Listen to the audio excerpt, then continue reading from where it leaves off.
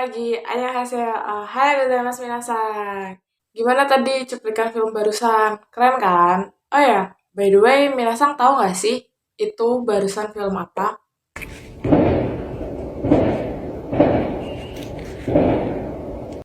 Ya, bener banget. Itu adalah film Kami Sama No Yutori atau yang biasa kita sebut as The Good Will. By the way, apa sih sinopsis singkatnya? Jadi, sinopsis singkatnya itu aku bisa ceritain ya. Jadi film ini itu menceritakan tentang siswa tahun kedua SMA yang bernama Shun Takata atau yang diperankan oleh Sota Fukushi yang senang memainkan video game bertema pembunuhan sadis. Suatu hari, ia menemui keanehan di sekolahnya. Shun dan teman-teman sekolahnya terpaksa bergabung dalam serangkaian permainan anak-anak yang mematikan. Mereka harus mengikuti permainan khas Jepang seperti Daruma Sangga Koronda, namun hukuman dari permainan tersebut adalah kematian. Ya, itu adalah sinopsis singkatnya. Untuk menonton filmnya secara lengkap ada di Prime Video ya. Bisa beli di Aisang loh. Jadi keterusan. Oh ya, di sini aku nggak akan bahas film. Aku di sini akan membahas apa sih 10 permainan tradisional yang ada di Jepang. Jadi apa aja ya? Iya, yang mana saya tahu, yang tidak tahu tanya saya. Dari Kak. Jadi yang pertama, mengutip film barusan, ada permainan Daruma Sangga Koronda. Apa itu Daruma Sang? Singkatnya, permainan Daruma merupakan permainan populer yang dimainkan oleh anak-anak di Jepang. Permainan ini biasanya diperagakan oleh 3 orang atau lebih pemain dengan seorang pemain menjadi penjaga pos atau yang disebut Oni. Ini Beda lagi. beda lagi nih, Kayak beda lagi lah intinya dah. Adalah pemain yang kalah dalam Jangkenpo atau dalam istilah bahasa Indonesianya adalah Hombimpa. Gimana sih cara memainkannya? Oke, jadi cara memainkannya yang pertama adalah menentukan seorang pemain yang menjadi Oni yang kemudian berdiri di sebuah pohon atau pilar dengan posisi menundukkan muka. Pemain lain akan menggambar garis di belakang atau garis start sekitar sejauh 10 meter dari Oni yang kemudian berbaris secara berurutan.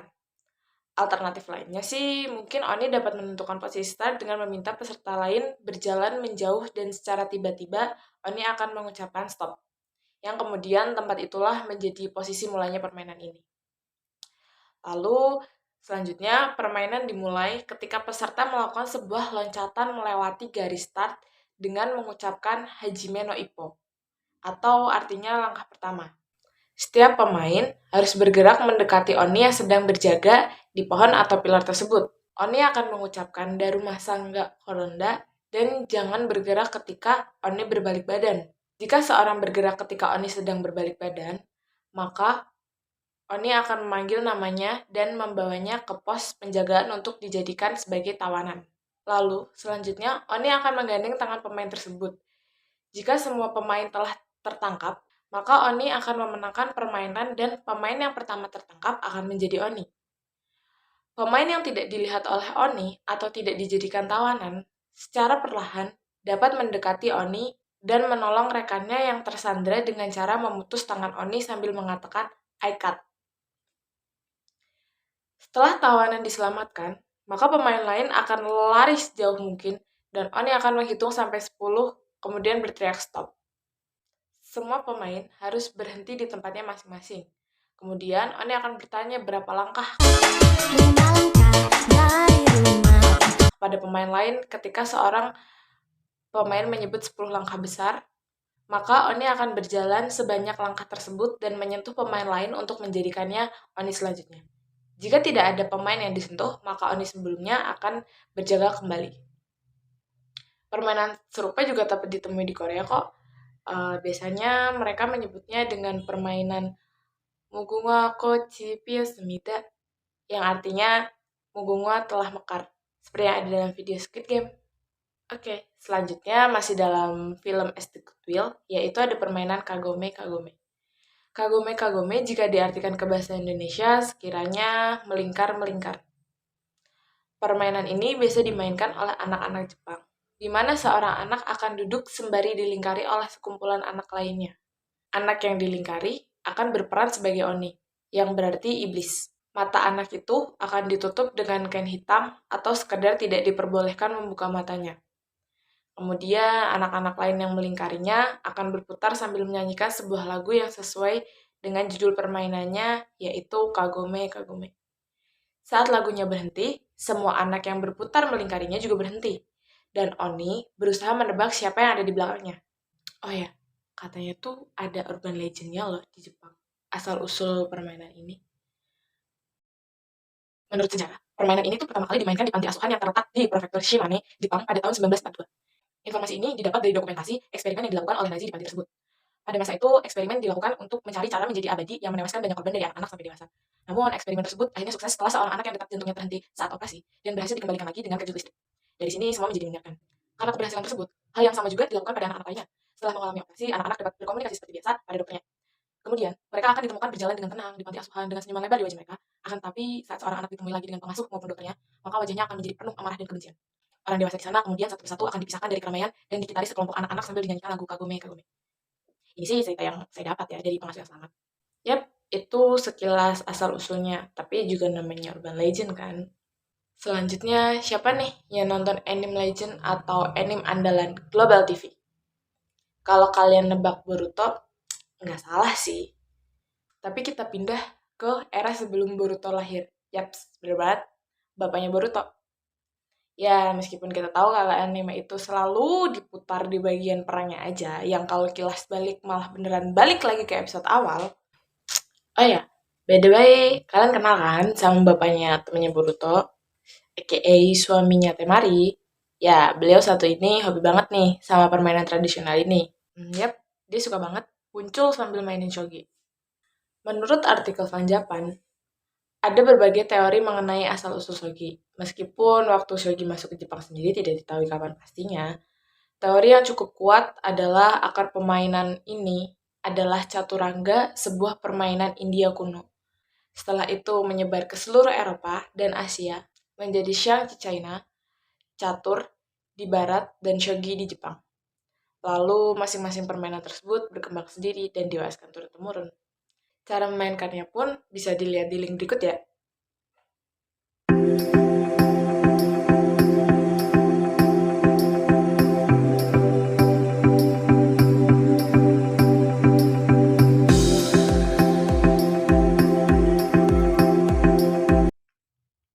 Tahu dong, itu dikutip dari film apa? Bukan itu. Cuplikan sekilas itu dari Kimetsu no Yaiba atau Demon Slayer. Tapi kalian tahu nggak sih apa sebutan bola yang dibawa sama Mbak Oni itu? Bola yang dibawa itu namanya Maritsuki. Permainan ini biasanya dimainkan oleh anak perempuan. Mereka akan memantulkan temari atau bola yang terbuat dari sutra berwarna-warni sambil menyanyikan lagu-lagu yang indah.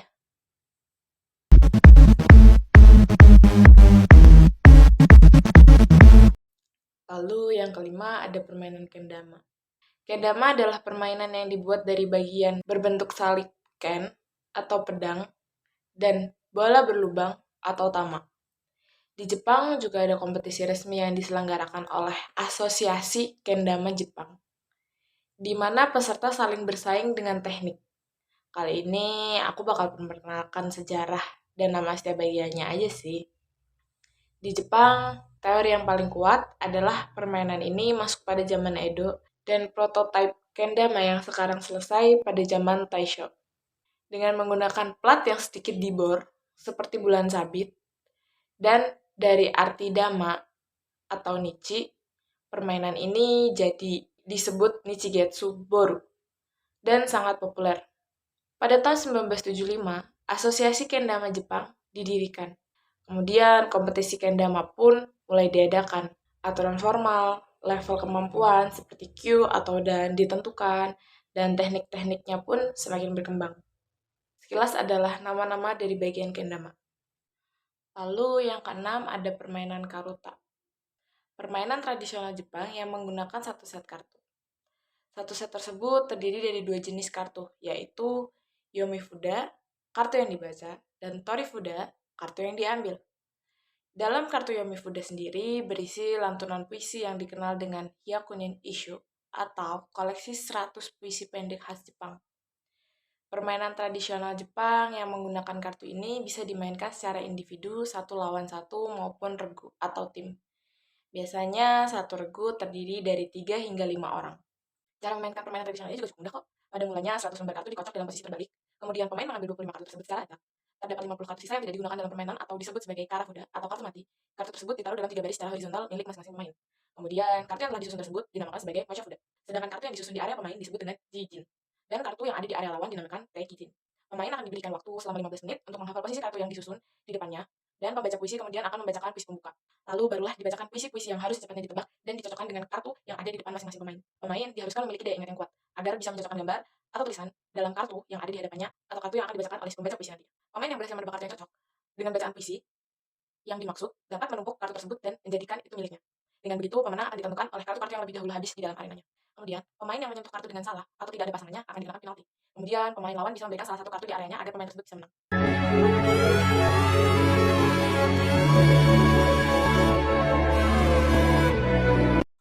Oke, selanjutnya ada permainan tradisional Jepang yang mirip banget loh sama permainan-permainan yang ada di Indonesia. Apa aja sih? Yang pertama itu ada koma atau yang biasa kita kenal dengan sebutan gangsing, merupakan salah satu permainan yang dimainkan oleh anak-anak Jepang sejak dahulu. Permainan ini merupakan permainan tradisional yang diwariskan secara turun-menurun.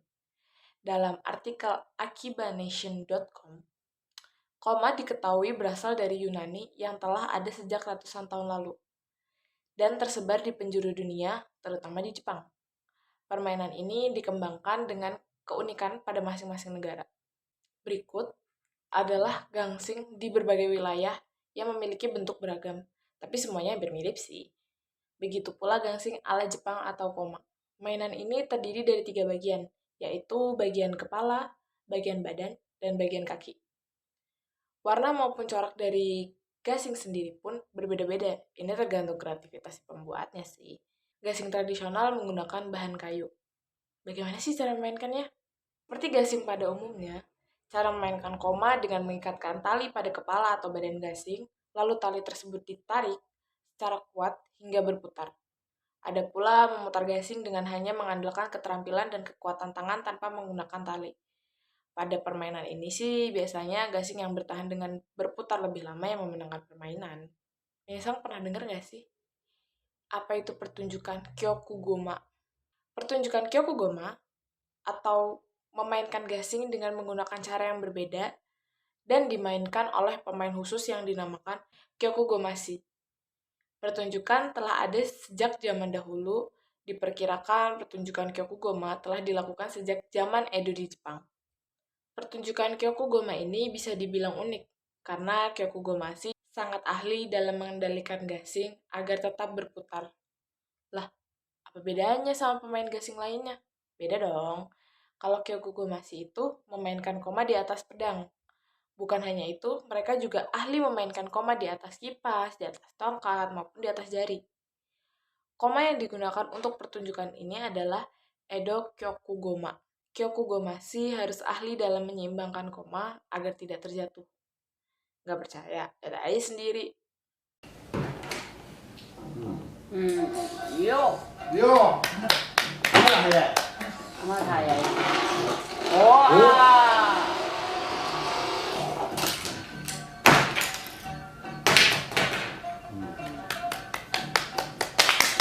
Keren kan?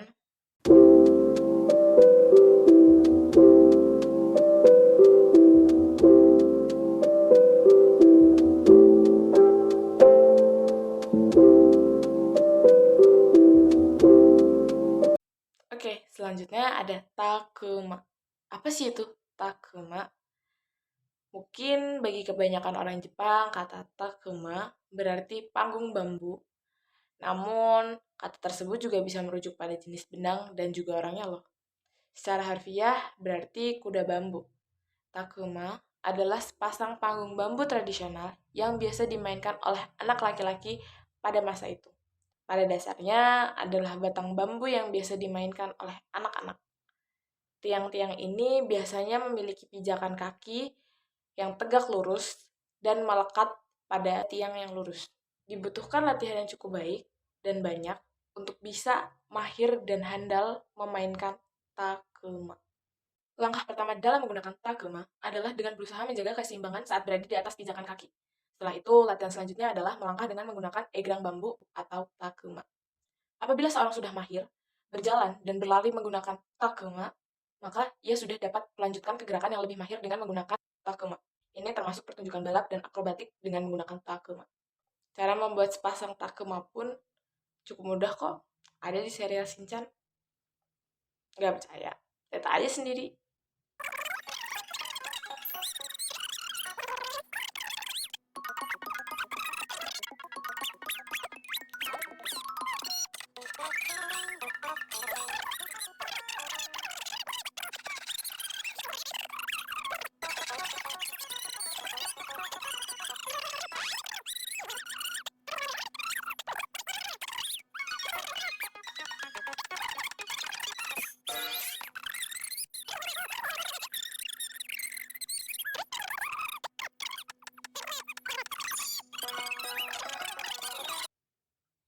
Mirip kan sama yang ada di Indonesia? Oke. Pasti buat permainan satu ini, Minasang juga akan merasakan kemiripan yang sama. Namanya tako. Tako sendiri berarti layang-layang. Masyarakat Jepang tidak menganggap tako atau layang-layang ini sebagai media hobi atau permainan semata. Namun, tako dianggap sebagai sebuah karya seni dan budaya yang bernilai tinggi yang harus dilestarikan. Untuk itu, tiap tahunnya ada festival layang-layang yang besar dan menjadi daya tarik wisatawan seperti Hamamatsu Festival di Shizuoka tiap bulan Mei. Selain itu, ada yang mengoleksi layang-layang tersebut seperti Museum Takono Hakubutsukan di Tokyo. Karakteristik tako Jepang pada umumnya pun tak berbeda jauh dengan layang-layang yang ada di negara lain. Namun, ada beberapa spesifikasi khusus yang membedakannya, yaitu yang pertama, tulang kerangka tako sendiri sedikit lebih besar dari layang-layang yang ada di negara lainnya. Kemudian, tulang penopang horizontal juga lebih lebar dan lebih berat dengan skala yang sama. Lalu yang kedua, dari segi desain. Para seniman layang-layang Jepang sering menggunakan bubuk pigmen warna yang dicampur dengan air untuk gambar layang-layang mereka. Pembuat layang-layang kertas juga membuat khusus aplikasi catnya. Last but not least, ada Nawatobi. Apa sih Nawatobi ini? Nawatobi itu adalah lompat tali. Mungkin kalau di Indonesia kita pakainya karet gelang ya. Karet gelang yang sudah dipilin, yang kemudian dibentuk memanjang. Tapi di Jepang sendiri menggunakan tali plastik khusus lompat tali. Biasanya di SD-SD itu ditulis loh, sampai data tentang si lompat tali ini. Misalnya, sudah bisa melakukan berapa loncatan, sudah bisa menggunakan berapa teknik, dan sudah melakukan teknik apa saja.